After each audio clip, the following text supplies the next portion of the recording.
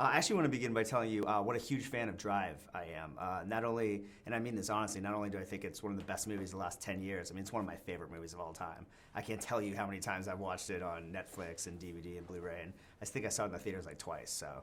Cool. Yeah, I just really love this movie and enjoyed this as well. Much different than Drive.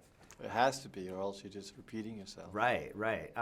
Well, you had said that Drive is like cocaine, and this movie is like acid, old school acid. What did you sort of mean by that? Well, it was kind of for me to describe that I can't do what I did before. I can only do something different. But it doesn't mean that it's a different experience. It's just a different kind of a movie. And sometimes analogies can be helpful to explain that. And I felt that the drug analysis was very specific for these two films. Yeah, absolutely. Well, obviously, one other thing these two films have in common is Ryan Gosling.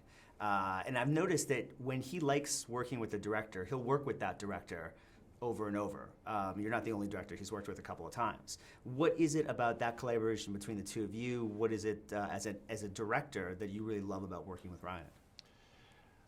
Well, technically he's the best, so you got that. And then on a personal level, we are very similar in many ways, so it's very easy for us to communicate, and it's a very interesting collaboration, how we use each other. And then, you know,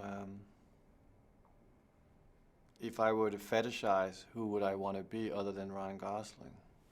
Right, right. Well, I've noticed, much like Steve McQueen, Ryan is more of a reactor than an actor.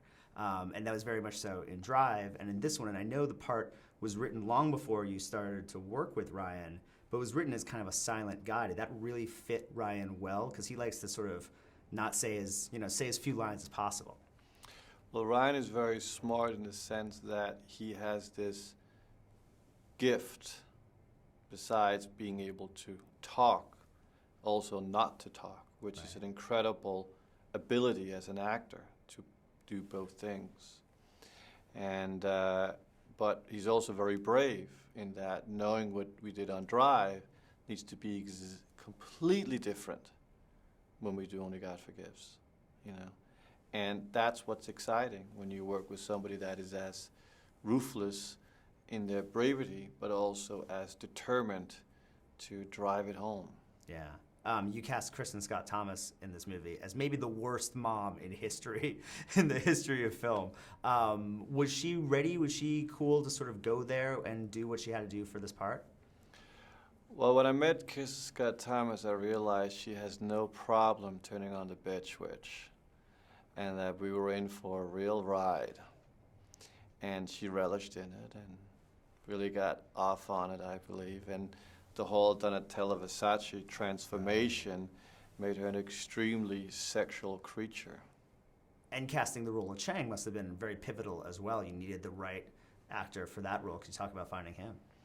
Well, Thailand is a very difficult acting country because they don't really have an acting background. There's no theater schools, there are no actor studio. They're just, you know, millions and millions of Thai people.